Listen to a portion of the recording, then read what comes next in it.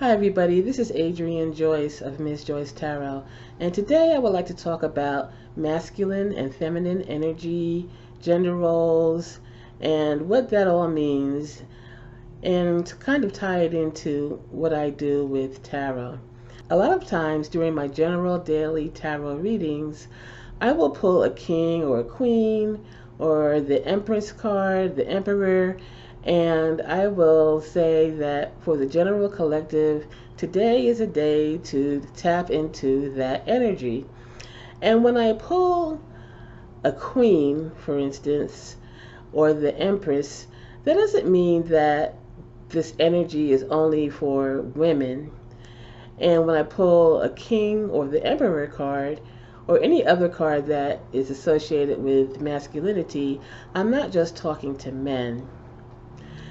And the reason why I say that is because both men and women have masculine and feminine energy.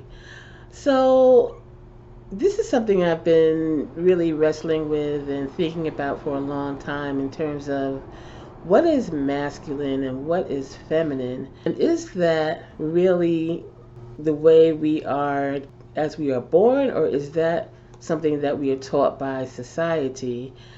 And I know that a lot of times, we just, from babies, we treat children, babies, differently based on whether they're a boy or a girl.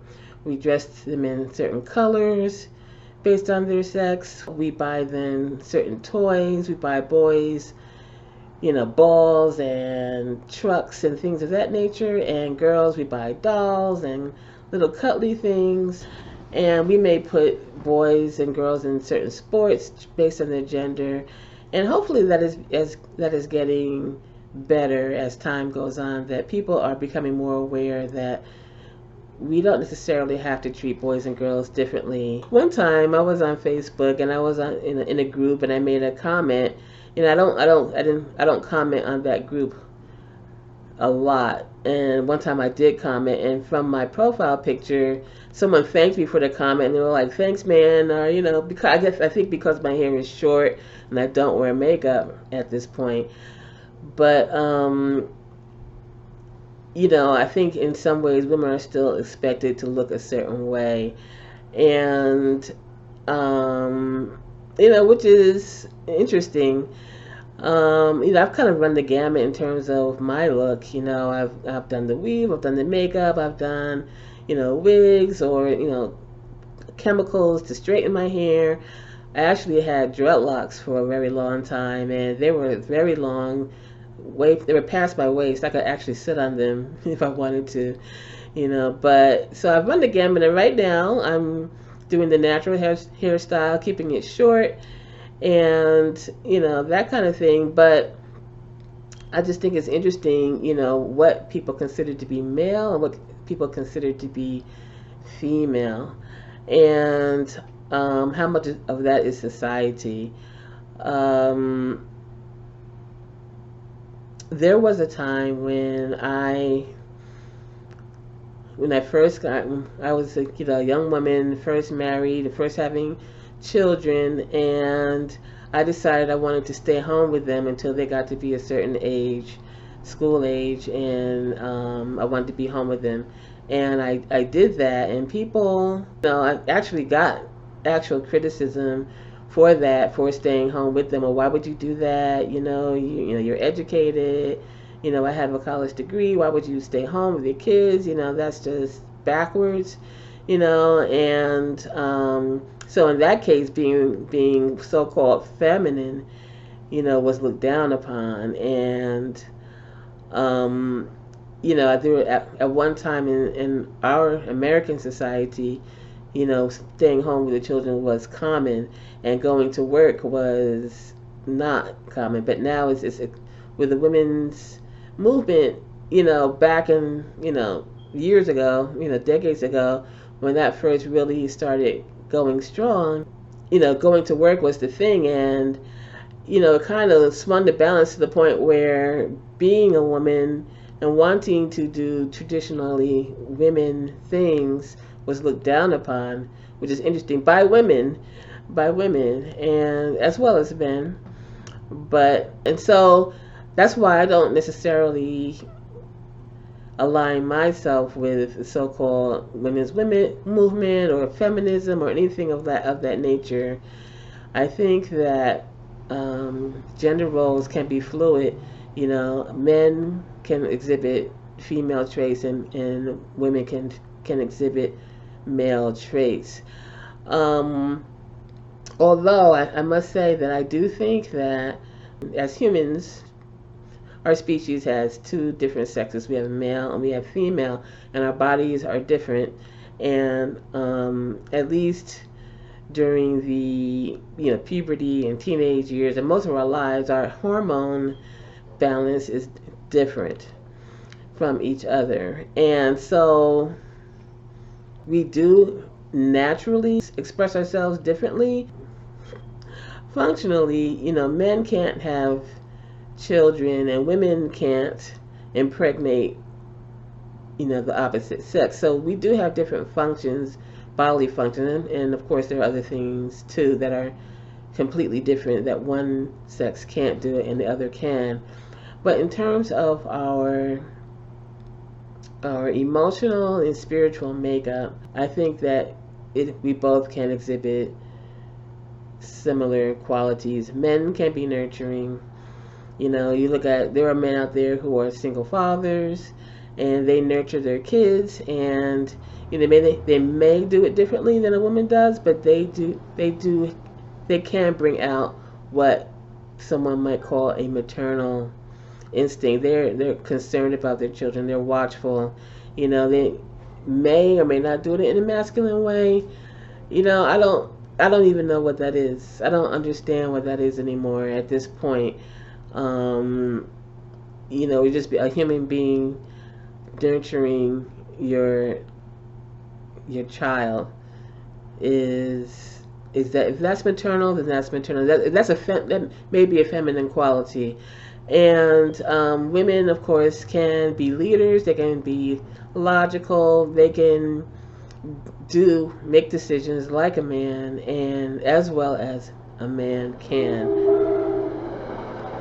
The dominant trait of what masculine is to be assertive, aggressive, pushing outward. And I don't want to be graphic necessarily, but when we talk about the sex act, and generally speaking, the male role is to be active and to even when during ejaculation he pushes, it comes out, and his sexual organs are on the outside, and that is what the essence of maleness is to be outward. With a woman, her sexual organs are on the inside. Orgasm occurs basically on the inside, although there are variations to that, but generally speaking, she is receptive, where the male gives, the woman receives.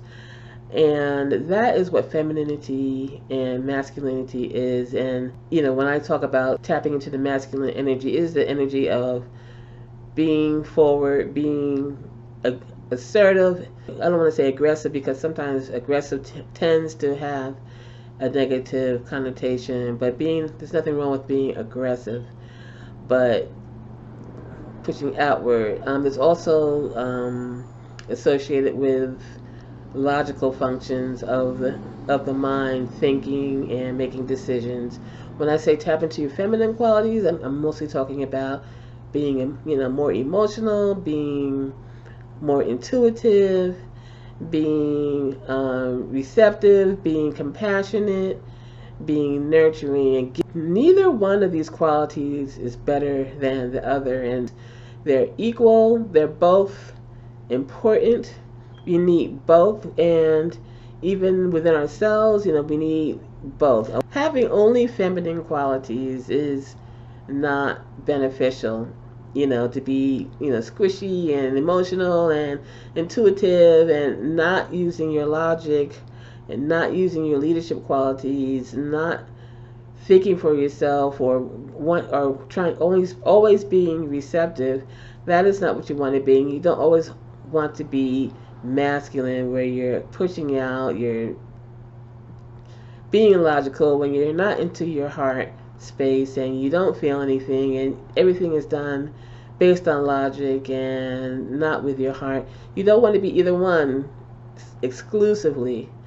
And the ideal situation is your masculine qualities are prominent when you need them to be, and your feminine qualities are prominent when you need them to be.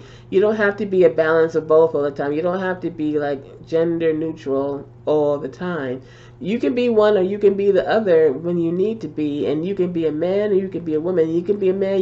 Maybe you need your intuition sometimes, and you need to be able to be emotional in order to relate to other people and in order to help them. And vice versa with the male qualities and the women. Sometimes you need to be that logical. Maybe you need to cut off the emotion sometimes and in certain situations in order to get what you want or need from that situation. So it's fluid. And it is a function of being a person, a human being. And you can be fluid, exhibit both qualities, exhibit one quality or the other when you need, as the situation arises. And neither is good nor bad. They're both necessary, and that's my feeling about that. So as usual, I'm going to that's my train that's going by my house.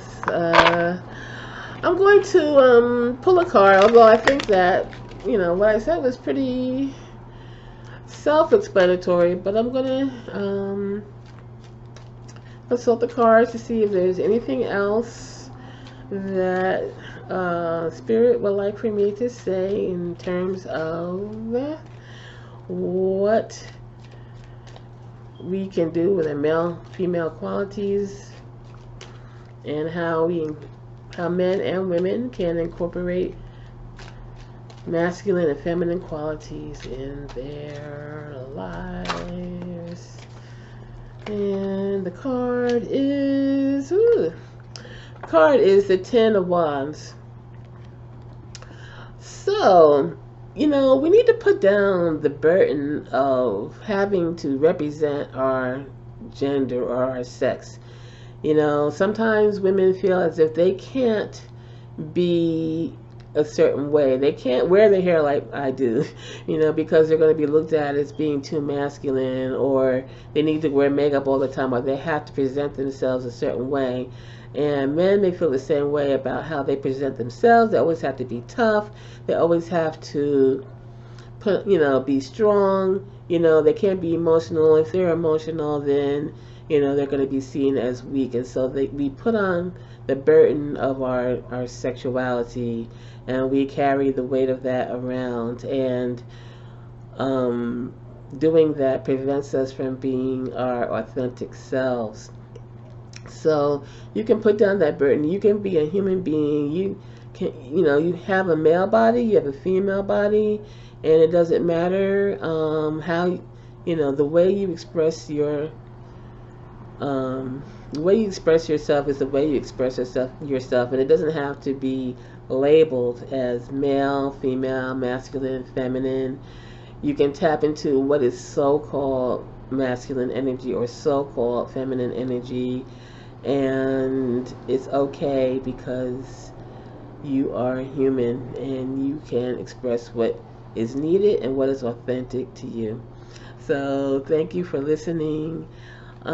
Please like, share, subscribe, and I will talk to you soon.